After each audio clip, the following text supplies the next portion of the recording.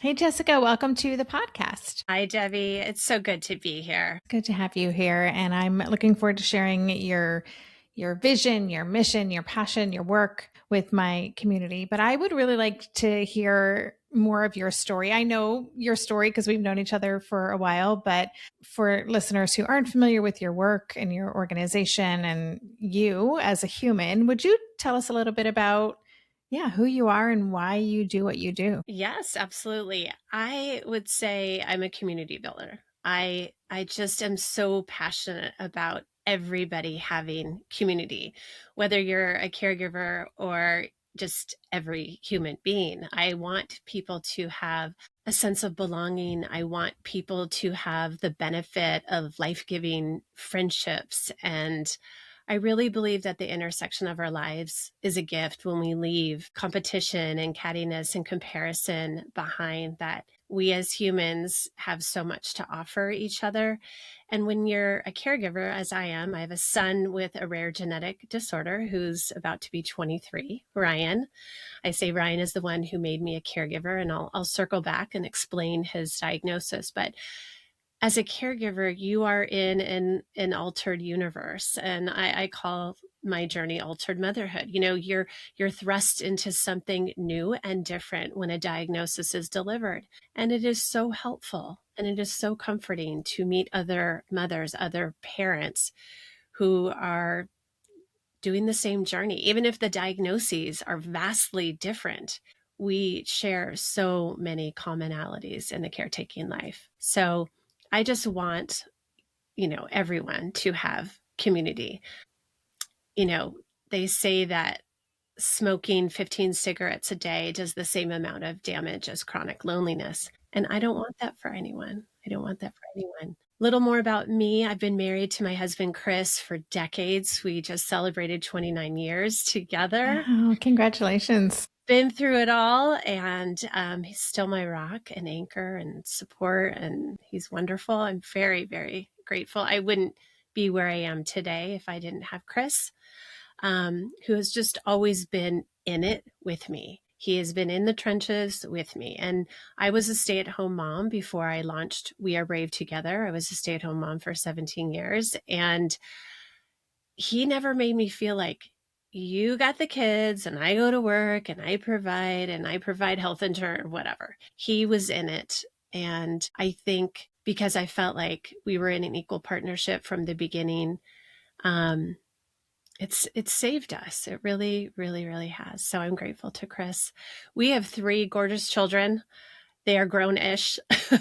My oldest, Luke, is 25, and he just moved out about 6 months Wow. ago. So that Okay. is so weird and wonderful. And I get these wonderful text messages that I never got when he was in college. So it's really a sweet season.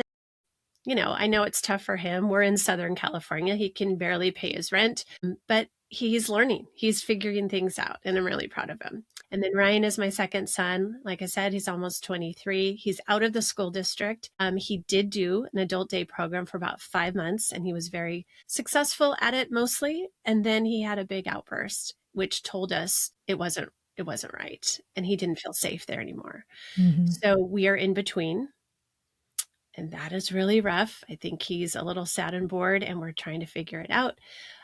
I'm happy to circle back to that. And then I have a daughter, Kate, who is going to be 21 this summer, and she is doing her own. Well, I guess all my kids have had their own unique paths, and she didn't want to go to college after high school, but she might this fall. So we'll see. Okay. Wow. It's a lot going on and such interesting ages too to be at I think it's just also good for parents to hear no matter how your child is wired or what's happening, that the parenting doesn't stop when our kids, reach this certain age. Very true. Very true. And I thought, Ryan was my only kid with, extra needs, but both Luke and Kate were diagnosed with ADHD and anxiety in high school. So, all my kids have their own challenges and their own beauty, and um, parenting is hard. Yeah. Yes. It is. It is indeed. And I wanted to circle back to, first of all, thank you for sharing that. And I think that paints a really good picture of who you are and how you show up in the world. So thank you for that context.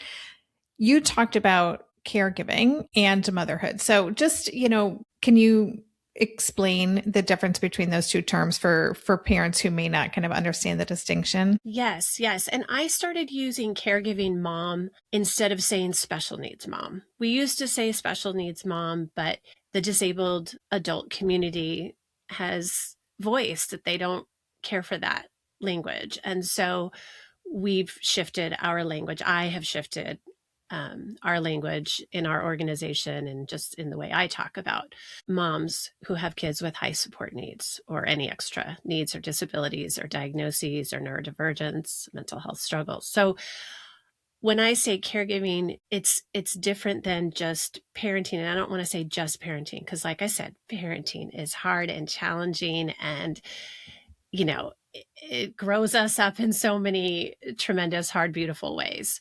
When your child has a diagnosis of any kind, medical struggles, psychological struggles, behavioral struggles, educational struggles, there's a lot of extra care that you have to provide as a mom or as a dad.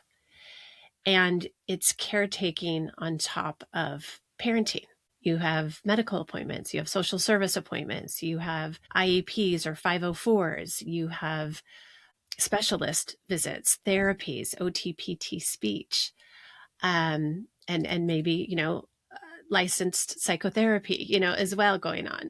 It's extra. It's Yeah. so that's how I would define it. Yeah. Okay, that's really helpful, and I appreciate you mentioning the special needs that language. Was thinking Emily Ladau, who we had on the podcast. Something she said stays with me. She's like, "We all have special needs. My special need is I would like my feet rubbed while I'm having ice cream or something." But and I just that sticks with me every time now that I hear that phrase. But we all do have unique needs in terms of what will help us show up as best we can in any environment. So thank you for that. And then what I'd love for you to do as well is just tell us about your organization, We Are Brave Together. You said you're a community builder. So tell us more about what you've created. I love meeting other women on a mission, which you clearly are. Yes, I am. I think I always will be till I'm old and gray. I started We Are Brave Together in 2017 with the mission to serve and support fellow moms. So like I said, we used to say special needs moms. We say caregiving moms now. I really care about the mental health of caregiving moms. And I chose this particular lane. I think there's so many things for our kids, but what about the primary caretakers, primary caregivers? So our mission is to preserve and protect the mental health of caregiving moms. It's, our elevator line. And what we offer to support that, to boost that, to give permission to moms to take care of their mental health is we offer connection circles, which is what we call our support groups. We have them across the United States. We have virtual and in person. Our most recent one we launched is a medical mom connection circle. It's virtual, led by a wonderful coach and mom out of Sydney, Australia. And that's open to everybody. We have topical ones, moms who have children with behavioral struggles. And then we have a lot of, geographical ones by Los Angeles, San Diego, New York, Boston, by location. And we train our leaders in a very specific way. We have a team of mentors, and your dear friend, Margaret Webb, is one of our mentors. So we have a team of mentors that support 8, 9, 10 leaders underneath them on a monthly basis, so that we don't just train our leaders and give them the manual and say, see you in a year. We provide ongoing support and training because all of our leaders are caregivers serving on top of, their full lives. Secondly, we offer weekend retreats and we subsidize to cover most of the costs. So I have a shameless asker, we fundraise heavily in many different ways to cover most of the cost to give a weekend of respite and downtime and fun and mental health education with a coach or a therapist who guides us over the weekend. We started by offering those in Southern California, and now we're offering those across the United States. We've completed 43 retreats to date. Wow. And we've offered over 200 scholarships, It's including amazing. we scholarship all of our leaders once or twice a year to a leadership retreat that we Mm-hmm. provide for them. So that's why that number is so high. And then thirdly, we have Brave Together podcast, which, we know that there are moms who can't get to a retreat, can't get to a connection circle. So how do we inspire them? How do we inform them? We have story episodes. We have Ask Us Anything episodes where my co-hosts, who are a coach and a licensed psychotherapist, answer questions from the community. For example, we did one on what do you do when your partner seems to be in denial about your child's diagnosis. That was our most recent Ask Us Anything episode. We also bring experts on the show. We recently had a sleep expert who specializes in sleep with neurodivergent children and teens. Mm-hmm. And then our last offering is our books. I'm a lover of words. I'm a writer. I just love the power of words, and I love giving my fellow moms an opportunity to share their stories and to use their voice and to use their stories to inspire others and validate others. In 2024, we published Becoming Brave Together, which is an anthology of caregiving stories. Really wanted to shout the worth of caregivers and caregiving with the book, and also to raise awareness about extreme caregiving. And I say extreme because there's a vigilance with which we live. And we are on, whether your child has behaviors, struggles with depression and anxiety or OCD or eating disorders, or your child has medical complexities and is medically fragile. There's just an intensity that you live with. And so we wanted to validate that and share about that. And then our next book is Suddenly Brave Together. And it is 30 letters from seasoned expert veteran moms of adult children. So the requirement to submit for book number 2 was that you had to be a mother of an adult child. So we have 29 others besides me who wrote letters, kind of like what we needed to hear at the beginning of our journey. So although our intended audience is newer moms, it's definitely beneficial for all parents to read this book. When we titled it Suddenly Brave Together, because there's a sudden shift when you get that diagnosis. Mm-hmm. You suddenly have to be brave and rise up. So we are so excited for this to be out in the world. Yeah. Wow. Such an incredible thing that you have built. So I'm really curious about when you put this out into the world. And we'll get into your book. I want to talk about Suddenly Brave together for sure. And we'll dive into that more. But I'm just so curious, when you created this thing that didn't exist because you felt such a need, and I imagine it's such a lonely experience, right? So how did you connect with people? Like, how did you kind of navigate, like putting that beacon up, right? So people could find you. What was that like? Well, I think what helped is that I had started blogging in 2012, and I had been in some storytelling shows, and I felt like I had a voice and a platform, and I was active on social media. Not like a huge following or anything like that. I just was actively engaged and honest and vulnerable, and people responded. And so social media is definitely helped, something that helped us. I started We Are Brave Together here in Southern California, where I've lived, where I've been in the community for a very long time. We've lived here for, over 20 years. And so I just started with my community, and people had never experienced anything like this where I live. And so it called to people. And so when we launched in my backyard, and we had a party, and I shared my dream and my vision, 60 people showed up. And then it just kind of grew from there. And that year of 2017, I had been sharing on social media, what if I created something, and it was already in the works. And I was just trying to, get feelers out there and see who was interested. And people were really interested. And we started with probably an Excel spreadsheet of 100 names when we launched. And then we've grown to over 4,300, which, it should be 10,000, 20,000, just because I know the statistics that there's so many moms all over the Yeah. globe. Yeah.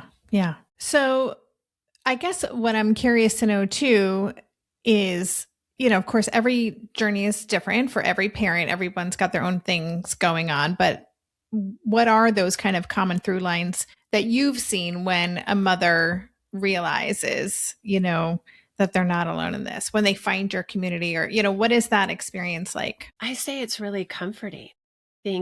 I know for me, I exhaled so much anxiety and fear because I had people to go to when I had my first mentor, when I found the support group within Ryan's diagnosis, which is Prader-Willi syndrome. He was also later diagnosed with autism at age 7 at UCLA. It's just to know that you are not alone is critical for all of us. And especially when you've been through something traumatic or an accident or a loss or a divorce or a diagnosis, we need other people who understand the fear, the grief, the fight for hope, the advocacy, the incredible love that you have for your child, but you're also grieving what you thought family life was going to be like, what your child's life was going to be like. And so when you're surrounded by other people, it's who are in similar circumstances, it's very validating. And for me, I share this often that, I very much was why me, why Ryan, why us in the beginning of our journey, in the beginning of my journey grappling with this. And over time, by being in community, it really helped me shift from why me to what now. What can I do with this? What can I do with this pain? What can I do with this unique story, this hard story, this challenging life? And it's only because I was surrounded by people who validated my feelings, my emotions, my fears, my cyclical grief, that I could shift and not get stuck, Yeah. not stay stuck. And I'm also curious what kind of systemic support exists. I mean, clearly you created this to fill a void, but anyone who's navigating a diagnosis, whether it's at birth or the result of an accident or just something that's kind of peeling back the layers of the onion as your child ages, Mm-hmm. there's obviously systems and specialists and experts that we're dealing with all the time. But I'm curious, especially for kids who have more complex medical needs, like what kind of support exists at that level? That's a really good question. Every state is going to be different. Every country is going to be different in terms of what supports are available. Moms who are needing nursing support, again, that varies state to state, whether, they can get it through their insurance, they can get it through state. There are definitely medical mom, groups. There are coaches specifically for medical moms, like the one who is leading our medical mom connection circle. There are, I think, child life specialists who are very, very helpful when you are in the hospital often. And there's social workers, of course, but it's an intense life. So I can't really speak. I don't really even consider myself a medical mom, even though Ryan has a medically complex disease, because what I deal with Ryan is high anxiety and behaviors and the food seeking behavior, which is, a big part of PWS. So I can't necessarily speak for the medical mom community. I think, medical moms have their own trauma and PTSD. Some have been gaslit by medical systems, and that's pretty rough. And some have found amazing, amazing doctors to support their child and their family. And I think really not so much anymore. Ryan had a lot of medical doctors in the beginning: pulmonology, urology, endocrinology, geneticist, a lot the first few years. And then it sort of faded to just endocrinology and orthopedic doctor. He had a spinal fusion in 2019, thank God, before the shutdown. You are the treatment team leader, when you have lots of doctors and nurses as a part of your child's team. And I just want to honor medical moms and what they encounter Yeah. and what they Yeah. grapple with daily. Yeah. Yeah, absolutely. Okay, so the word brave, you've mentioned it before. It's in the title of your organization and in your books. And so I'd love to know what it means to you and why that's such an important kind of anchor for your brand and community. I say that, being brave can be vast and large. It can also be in tiny, tiny moments. It can mean, just showing up and advocating for your child in a doctor's office or at school, which is not tiny. It could be, here's a tiny act of bravery is getting up and taking care of your mental health in the morning and saying, I'm going to spend 5 minutes in meditation and I'm going to write in a gratitude journal, or I'm going to practice self-compassion. It's choosing to not numb out and go on autopilot, which is easy to do. It's really understandable to do that. Mm-hmm. It's I think we're all allowed to have like little vices or whatever. And I joke that I'm a coffee addict. It's not very harmful, but there are harmful paths that we could go down in our attempts to escape chronic hardship. Yeah. And choosing not to, fighting against that is brave. Yeah. I think it's brave to acknowledge that you deserve to invest in your own mental health, that you deserve community, that you deserve breaks, that you deserve to ask for help. And our culture does not teach us to do that. And so we have to fight that. And we have to be brave to do that. I could go on. Yeah. I mean, as you're saying that, I imagine that so many moms don't consider themselves brave at all. Like they don't feel that word relates to them or resonates in any way, shape, or form. And then on top of that, I mean, you mentioned self compassion, but on top of that is this continuous feeling like, judging real feelings that we have and then feeling guilty. And I shouldn't feel this way. And I should be doing more. So I think that is just such an important, I love the way that you defined bravery. And I think it really requires though someone to soften enough to let that in and say, yeah, I can acknowledge that I am really showing up and I'm doing the best that I can. And that's such a gift to yourself. But I imagine it's hard to get there. Yes, it is. I think we don't give ourselves enough credit. So I'm here to remind you that you deserve that credit, that you are brave, that you are strong, that you are resilient, and you deserve a medal. Yeah. Every day. Every Yeah. day. Every day. Yeah.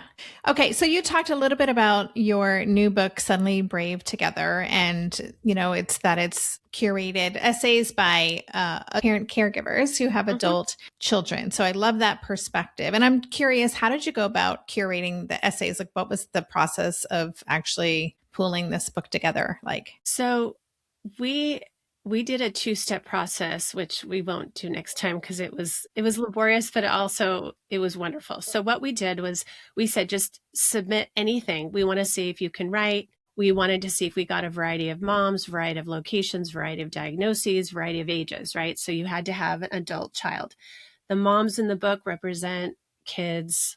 I say kids, but they're adults, ages 18 to 45, various diagnoses from all over the United States, and one from a mom from Canada and a mom from Sri Lanka as well. So we probably had 100 submissions. And of course, most of those came at the very end. So I had a team reviewing with me, and all the immediate yeses were yeses. And we chose to have 30, thinking that some might actually drop out because the next deadline was so short. We didn't give like 3 or 4 months to write the piece. The reason I didn't, we did it in 2 steps, was I was really trying to protect the theme of the book, that we were writing a book for new or newer moms, that it was going to be like a dear younger me type of book. I wanted to protect that from the public. And so that is why it became a 2-step process. And so, but some of our writers had said they loved having their mentor, they loved that experience. So then we had our 30 writers, and then we broke them up with mentors, writing mentors. And we said, here's the prompt. This is what we're looking for. This is what we want. And we want it written in this way. And so that was a back and forth process, and I don't know, I think it was like a 6-week, 7-week turnaround. It was pretty quick. And then we had our book. And then we came back together as a team to figure out what order, it was, I had a group of people. So it was a pretty big undertaking. I think Yeah. next book will be another anthology of caregiving stories, a less laborious process, and maybe I'll hire somebody to lead the project as Yeah. well. But it's so beautiful to give women an opportunity to share their story and to use their voice. And it's so empowering. And that's what I want for my fellow moms. Yeah, that was one of my questions because in reading your book, I, of course, was like, these stories are going to help any reader feel less alone and more seen. But I was wondering, what does it give to the writers themselves? So anything else that you would add? You just kind of talked about that a bit, but Think, you learn a lot by reflecting, right? These moms had to reflect. These writers had to reflect. They had to go back to the beginning and think about how they felt in the very beginning. So, I remember sending an email. I forgot how I titled it, but it was just like, it gets heavy. This gets really, really heavy. If you're feeling heavy, let's like Zoom together. Let's talk about where you're at, anybody, because it's really heavy to go back and relive and recount.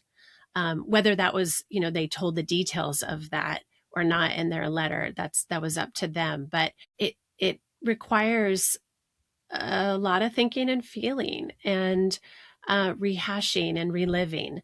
But it's also an opportunity to see how you've transformed, what you've learned. Because in the beginning, you just want somebody so badly to say, you will get through this.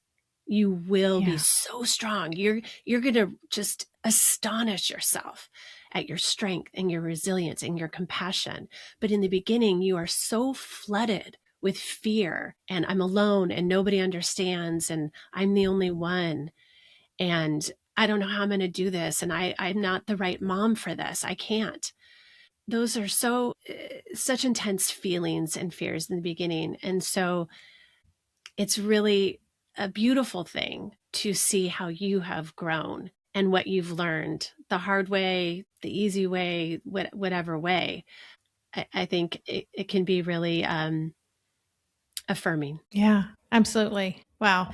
Yeah. And I love that you paired everyone with mentors. Like, it just seems like a very supportive process. And I know what I've worked on anthologies. I know what a labor of love it can be, and a gift for anyone who gets to participate in it. So, okay, we're going to wrap up, but I had thought as I was preparing for this interview, because I know that We Are Brave Together has been around almost as long as Tilt has. I just celebrated my 10-year anniversary, and I invited people to answer 3 questions Mm-hmm. about that I'm going to pose to you. I thought, I'm going to ask Jessica these questions and see what, and you've kind of touched upon some answers already Okay. in this conversation, but I'm going to ask them anyway. So the first question that I asked is for my community. I was like, what have you seen change in the neurodiversity movement? So where has the most progress happened? So if I would pose that to you, kind of zooming it out to your community, where have you seen the most change or growth or positive momentum? I think, well, I just see a lot more communities definitely popping up and a lot more caregiver advocacy, which is great, which is really, really great. A lot more focus on care in media and film.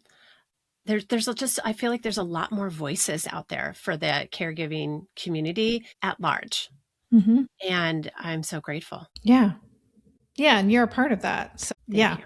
which is pretty incredible. So the second question I asked is, how have you changed personally? You have, you just talked about how powerful it is for these moms to kind of look back on how they've grown, and you have touched upon this a bit. But if you really kind of think, how have you changed the most as a person Hmm. in the past 25 years, 23 years of being on this specific journey? Hmm. I think I'm a little calmer these days than I used to be, but I still run anxious. I mean, so much. I tell my kids, who are very sweet and proud of me, that I wasn't this as a kid. Like, I wasn't a public speaker. I wasn't, running for student council. I just was a regular student, a regular person. I grew into this over time, and I gained confidence by doing and trying things and stepping out of my comfort zone, and then, seeing how beautiful things do work out when you pursue something that you're genuinely, authentically passionate about and that you care deeply about. I think, I've become a shameless asker, I say, as a fundraiser. And I've let my passion override my fear of fundraising because I believe in our moms and I believe in what we're doing and what we're trying to do. And so that has definitely grown. Yeah. I think I'm just a more compassionate, empathetic person than ever, Yeah. ever, Mm-hmm. Mm-hmm. yeah, there's Yeah. so many things I could say. No, it's a great answer. And what you said at the end is the most common answer that I heard from parents who I asked this question to was being a more compassionate person and how that has changed how they interact with everyone, how they show up as a Mhm. human in the world. So I Yep. think that's beautiful. Okay, my last question Mhm. is where do you see the most need moving forward? Like if you're, I don't know if you see like, okay, we're really doing a lot building community, but we still have so much work to do in this area or this domain, even if you're not personally doing it at your organization. Like where do you see those gaps? Well, I mean, as an organization, we talk about reaching the unreachable. So how do we provide some mental health education to moms who will never come to a connection circle, or a retreat? I would love to be able to offer online, with a therapist, like digestible mental health lessons, if you will. At large, I mean, if I could wave a magic wand, everyone would have respite caregivers that we could all pay well, or the state paid well, or the country paid well, so that we could actually get quality caregivers, respite caregivers, or care professionals, healthcare workers, nurses, whatever the families need. Because, like I said, parenting is hard anyways, and every parent deserves a break and a weekend away and a night off, a date night, And if you are a parent and a caregiver, you absolutely need help. And again, I'm very, very aware of my privilege and the fact that I have, caregivers that have been with our family for 12, 10, and 8 years. And that's rare. And if I could provide that for everybody, I would. And then I would also say, now that I'm in the adult stage of, now that Ryan's exited the school district, I would I would like to see a lot more services and programs and supports and opportunities. And with Ryan's diagnosis, Prader-Willi syndrome, there's an insatiable food drive. So Ryan's brain and body does not tell him that he has had any food. Ryan doesn't say I'm hungry all day. Some kids and adults with the syndrome do, but Ryan doesn't. But because of that food drive, he cannot work or volunteer around food. Hmm. So I would like more vocational and volunteer opportunities that are, for the disability community, for the disabled adult community, to not be around food. He Mm-hmm. can't work in a restaurant. He can't work in a cute cafe. He can't work in a grocery store. And while I appreciate all the cafes popping up here and there across the country, with adults with disabilities working in those establishments, we need other ways to employ adults with disabilities. Yeah. Yeah. Wow. Okay. Thank you. Thanks for sharing that. It's just such good insight. And there is so much work to do. Yeah. There's a lot of work to do and also a lot of hope and momentum. Let's just wrap this up with this question for a mom who's listening right now and is feeling really alone. And first of all, is really happy that they're listening to this episode and like, oh, okay. What would be the first thing that you would invite her to do after she's done listening to this? I would say go to our website, wearebravetogether.org, and join us. Membership is free. Everything we offer is pretty much for free, except for our retreats. And even with our retreats, we offer 5 scholarships. I would say find a connection circle, whether it's just, local to you or an online one that fits your schedule, because we've got lots of virtual offerings. Find it, jump in, please jump into our secret Facebook group as well. It's a great place to connect, ask questions, share your story. And just remember that you are not alone. You don't have to do this alone. And we are waiting to support you. Yeah, that's great. I love that you have a secret Facebook group too. So I will have links in the show notes pages for all the resources for We Are Brave Together, for the new book, which is Suddenly Brave Together, and for the first book, which is Becoming Brave Together, and everywhere else that you can connect with Jessica. And I just want to say thank you. I so enjoyed this conversation. And yeah, I'm just love what you've done and what you're doing for people. And as a fellow community wrangler, I know how important and powerful this work is. So thank you so much. Oh, thank you. I love being with fellow movers and shakers and people who care so deeply about community. So thanks, Debbie. Appreciate it.